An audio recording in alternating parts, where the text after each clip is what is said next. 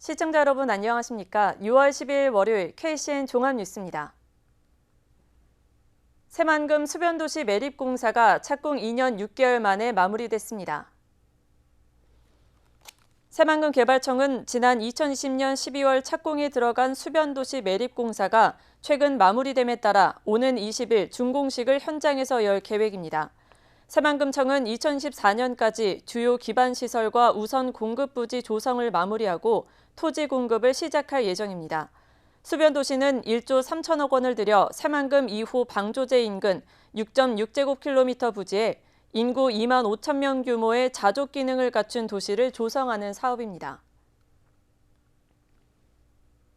새만금 수변도시 부지 매립이 마무리된 가운데 통합개발계획 변경이 추진됩니다. 새만금 개발청에 따르면 새만금 수변도시에 고등학교 용지 반영 등이 포함된 통합개발계획 변경안을 하반기에 마련할 계획입니다. 변경안에는 기존 통합개발계획에서 빠진 고교 용지가 포함되고 입주기업 노동자의 주거 여건, 새만금호 해수 유통과 담수화 여부도 담길 예정입니다. 한편 새만금위원회는 올해까지 새만금호 목표 수질 달성과 수질 개선 상황을 보고 해수 유통 확대 여부를 결정할 계획입니다. 전북도가 새만금 농생명 용지에 바이오단지 조성을 추진합니다. 전북도는 새만금 바이오단지 조성 기본구상 연구 용역이 완료되면 농식품부의 새만금 농생명 용지 세부 활용 방안에 반영하겠다고 밝혔습니다. 또 전북특별자치도 특별법에 농생명 산업지구 지정 특례 반영과 농생명지구 기본계획을 수립할 방침입니다. 국토연구원은 오는 2026년 이후 새만금 농생명 용지에서 영농이 가능해짐에 따라 내년 11월까지 용역을 진행하고 있습니다. 하이드로 리튬과 리튬 포어스가 새만금에 리튬 제조 공장을 짓기 위해 건축 허가를 신청했습니다. 하이드로 리튬과 리튬 포어스는 지난 2일 새만금 개발청에 배터리급 수산화 리튬과 고순도 탄산 리튬 제조 공장의 건축 허가를 신청했습니다. 두 회사는 지난 3월 새만금 산단 입주 계약을 체결하고 한 달 뒤 용지 매매 계약 체결과 분양 대금을 전액 납부했습니다. 두 회사는 공장의 건축 허가와 착공 승인이 완료되는 대로 착공에 들어가 내년 하반기 1단계 공장을 준공할 예정입니다. 도내 고향사랑 기부제 모금액이 시행 5개월여 만에 30억 원을 돌파했습니다. 전북도에 따르면 올해 도내 14개 시군의 고향사랑 기부금 누적 모금액은 33억 원으로 기부자는 2만 2천 명에 달합니다. 1인당 기부액은 15만 원입니다. 도는 오는 8월 고향사랑 기금 사용처를 확정해 내년 본예산안에 반영할 방침입니다. 김치 수출 기업인 나리찬이 국가식품 클러스터에 공장을 증축했습니다. 나리찬은 지난 2020년 국가식품 클러스터에 김치 제조 공장을 준공한 이후 올해 350평 규모의 공장을 증설했다고 밝혔습니다. 신규 공장에서는 병김치와 3분 김치 등 수출을 위한 레토르트 김치를 전문적으로 제조할 계획입니다. 또 이번 증축으로 나리찬이 보유한 왕가의 사람들 브랜드 활성화에 기대를 모으고 있습니다. 군산 솔라문이 SK-E&S, 다스코와 재생에너지를 공동 개발합니다. 솔라문은 최근 SK-E&S, 다스코와 재생에너지 공동 개발을 위한 협약을 맺고 서로 협력하기로 했습니다. 주요 협약 내용은 삼척도계 풍력 발전과 고창, 부안 양식장 수상 태양광, 도로 방음시설 태양광 사업 등입니다. 이번에 체결한 계약 규모는 282메가와트, 7천억 원대에 이르는 것으로 알려졌습니다. 도교육청이 여름철 폭염에 대비해 81억 원을 지원합니다. 도교육청은 오는 9월 30일까지 폭염 대책 기간으로 정하고 24시간 비상연락 체계 등 대응 체계 유지에 들어갔습니다. 또 공공요금 인상에 따른 냉방기기 전기요금 부담을 줄이기 위해 학교 기본 운영비 81억 원을 추가로 지원합니다. 이와 함께 폭염특보가 내릴 경우에는 실외 활동을 자제하거나 금지하고 단축 수업과 휴업 검토 등 학사 일정을 탄력적으로 운영하도록 지시했습니다. 에너지 고갈 등 자원 위기로 재생에너지로의 전환이 이루어지고 있습니다. 군산시는 농지에 태양광 패널을 설치해 농사도 짓고 또 전기도 생산하는 영농형 태양광 발전 실증을 시작했습니다. 하지만 규제 완화는 풀어야 할 과제로 남았습니다. 모영숙 기자입니다. 군산 농업기술센터 인근. 햇빛을 받은 태양광 패널 아래로 모내기가 한창입니다. 벼도 수확하고 전기도 생산하는 영농형 태양광 발전소 실증 단지입니다. 군산시는 882제곱미터에 48kW시 규모의 태양광 발전시설을 설치하고 신동진벼를 심었습니다. 이를 통해 한 달 120만 원, 연간 1,400만 원의 전기 수익을 올릴 것으로 기대하고 있습니다. 국립식량과학원은 4년 전 이런 방식으로 패널을 설치해 연구를 시작한 결과 쌀 생산량에도 큰 차이가 없는 것으로 나타났습니다. 군산시는 올해부터 3년 동안 실증 사업을 추진하고 효율성과 생산성이 높을 경우 영농형 태양광 발전소를 보편화할 예정입니다. 저희가 벼농사만 가지고는 충분한 수익을 내기가 어렵거든요. 그래서 태양광으로 수익을 내고 벼를 재배해서 수익을 낸다면 농가들한테 도움이 될 것 같아서 전 영농형 태양광을 예전부터 생각을 하고 있었습니다. 하지만 풀어야 할 규제도 있습니다. 현행 농지법 시행령에 따르면 농업진흥구역에는 태양광 발전시설을 지을 수 없고 태양광을 설치해도 사용기간은 최장 8년에 불과합니다. 20년 이상 사용 가능한 태양광 패널을 8년이 지나면 철거해야 되기 때문에 설치비를 갚기에도 빠듯합니다. 이 때문에 농사를 계속 짓는 조건으로 발전 사업을 장기간 보장하는 규제 완화가 시급해 보입니다. 2021년도에 관련 지원법을 발의를 했고 그다음에 그 지원법을 뒷받침하기 위한 공청회를 지난해 11월에 시행을 했습니다. 그래서 그 전체적인 골자는 기간을 늘린다. 20년에서 25년으로 늘리겠다는 거하고 농업진흥구역에서도 농가들이 할 수 있도록 법을 바꾸겠다 이런 내용이 되겠습니다. 규제 문제가 과제로 남은 영농형 태양광 발전소. 보편화될 경우 농산물과 전기 생산이 동시에 이루어지는 효과를 가져올 것으로 기대됩니다. KCN 모영숙입니다. 익산시가 국립치유의숲 등 녹색 공간을 확대합니다.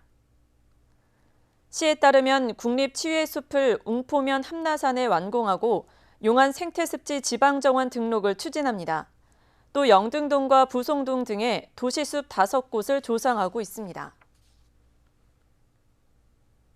군산시가 소유하고 있는 공공건축물 28곳에 성면자재가 일부 사용된 것으로 드러났습니다. 군산시가 소유하고 있는 시청사 등 28개 건축물의 성면자재 면적은 모두 27,955제곱미터에 달합니다. 이 가운데 시청사는 29,288제곱미터 가운데 성면자재 면적이 13,141제곱미터로 전체의 45%에 해당했습니다. 이 외에도 청소년 수련관과 노인복지관, 군산시 보건소 등이 포함됐습니다. 도내 도시권 빈집이 전국에서 가장 많은 것으로 나타났습니다. 국토교통부에 따르면 지난해 도내 도시권 빈집은 8,056가구로 전국 42,356가구의 20%를 차지했고 전국 17개 시도 가운데 가장 많았습니다. 농촌의 빈집은 9,904가구, 어촌 빈집은 1,144가구였습니다. 국토부는 빈집의 체계적인 정비를 위해 실태조사를 통해 세부 기준을 개선할 방침입니다. 올해 군산의 주택매매 거래 건수가 최근 10년 동안 가장 적었던 것으로 나타났습니다. 한국부동산원에 따르면 지난 1월 군산의 주택매매 거래 건수는 모두 186건에 그친 것으로 집계됐습니다. 이는 지난 2013년 7월 148건보다 6건이 적었고 최근 10년 동안 역대 최저를 기록했습니다. 한국부동산원은 금리 인상과 경기 위축 등으로 군산의 부동산 시장에 영향을 미친 것으로 분석했습니다. 군산시가 농공단지 업체 가운데 2곳을 적발했습니다. 군산시에 따르면 4곳의 농공단지에 최근 5년 동안 납품 실적이 있는 53개 업체 가운데 서군산과 인피 농공단지에서 각각 1곳씩 2개 업체가 직접 생산 기준을 충족하지 못한 것으로 드러났습니다. 또 다른 3개 업체는 조사에 불응해 관련 서류를 제출하지 않았습니다. 시는 적발한 업체에 대해 자격 취소 권한이 있는 중소벤처기업부에 조사와 처분을 요청했습니다. 서해 앞바다에 올 들어 처음으로 보름달물 해파리 주의보가 내려졌습니다. 전북도는 정밀 조사 결과 서해 앞바다에 많게는 100제곱미터당 32마리의 보름달물 해파리 성체가 확인됐다고 밝혔습니다.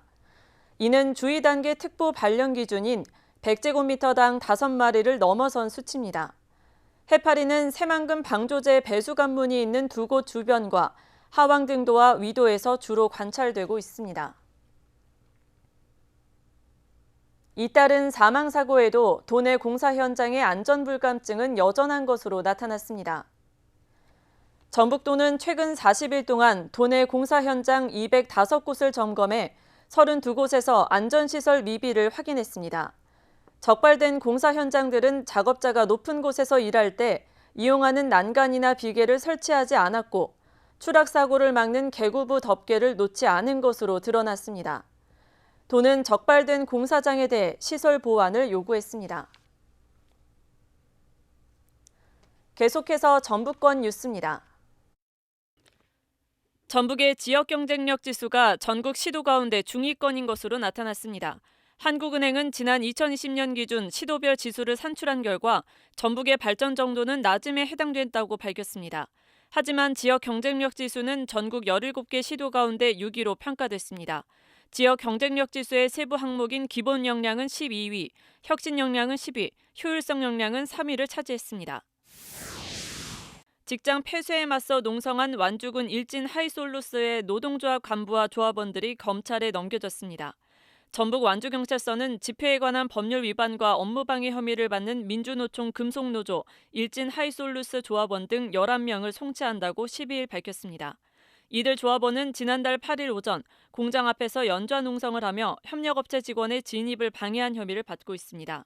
한편 교섭을 두고 갈등을 빚어온 일진 하이솔루스 노사는 직장 폐쇄 38일 만인 지난 9일 임금과 단체 협상을 합의했습니다.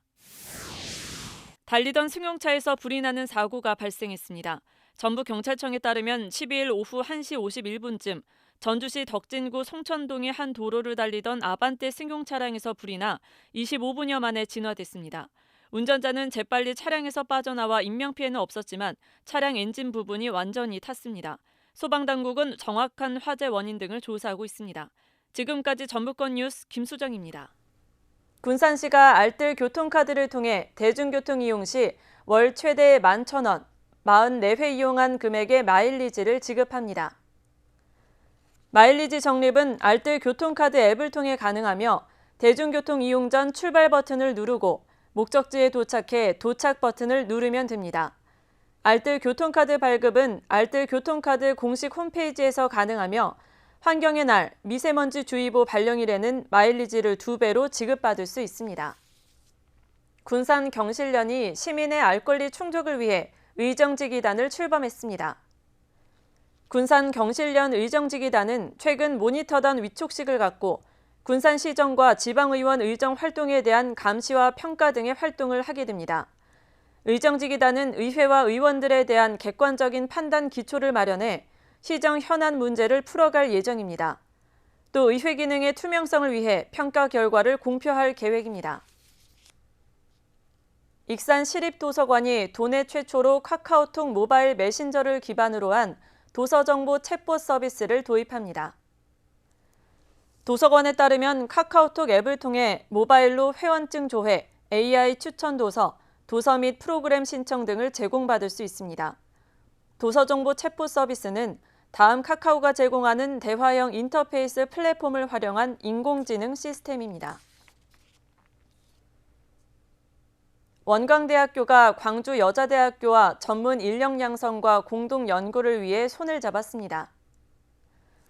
원광대는 최근 광주여자대학교와 업무 협약을 맺고 교육 체계 개발을 위한 공동 연구와 맞춤형 인력 양성을 추진할 계획입니다.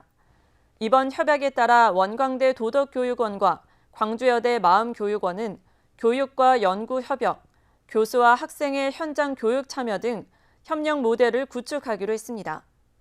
박성태 원광대 총장은 이번 협약을 계기로 학생들에게 마음교육의 중요성을 강조하고 양교가 서로 성장할 수 있도록 노력하겠다고 밝혔습니다.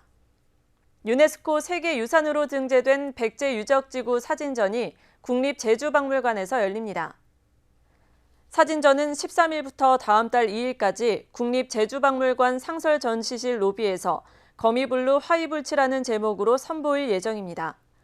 이번 사진전은 검소하지만 누추하지 않고 화려하나 사치스럽지 않은 백제 미학을 담아 1400년 전 찬란했던 문화를 조명하게 됩니다.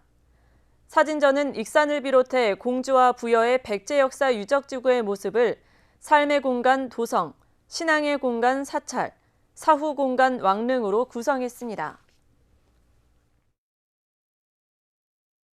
다음은 우리 동네 소식입니다.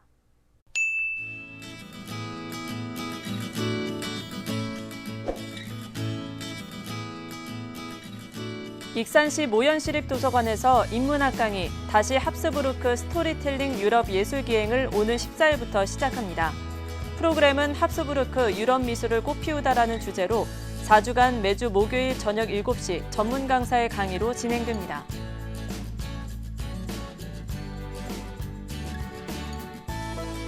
익산시 건강생활지원센터가 건강업 뱃살 속 운동교실에 참여할 주민을 모집합니다. 평화동과 인하동, 동산동과 마동 주민 중 비만, 만성질환자를 우선 선정합니다. 건강업 교실은 헬스 운동이며 뱃살 속 운동 교실은 에어로빅과 라인 댄스로 진행됩니다.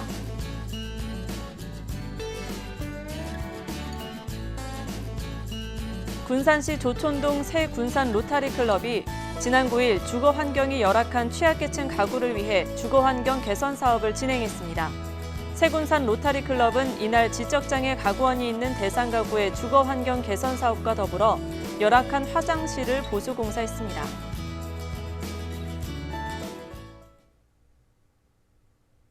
이어서 내일의 날씨입니다.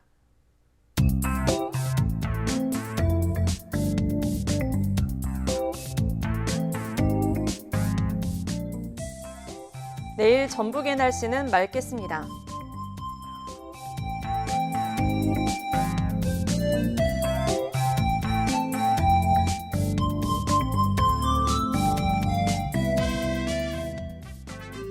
내일 도내 기온은 14도에서 출발해 28도까지 오르겠습니다.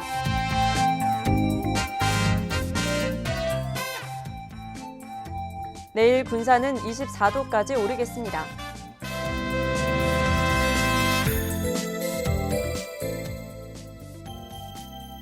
내일 익산은 26도까지 오르겠습니다.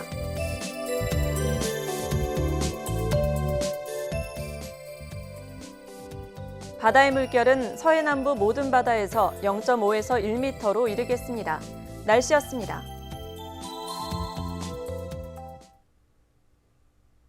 이상으로 KCN 종합뉴스를 마칩니다. 정확한 보도로 늘 함께하겠습니다. 시청해주신 여러분 고맙습니다.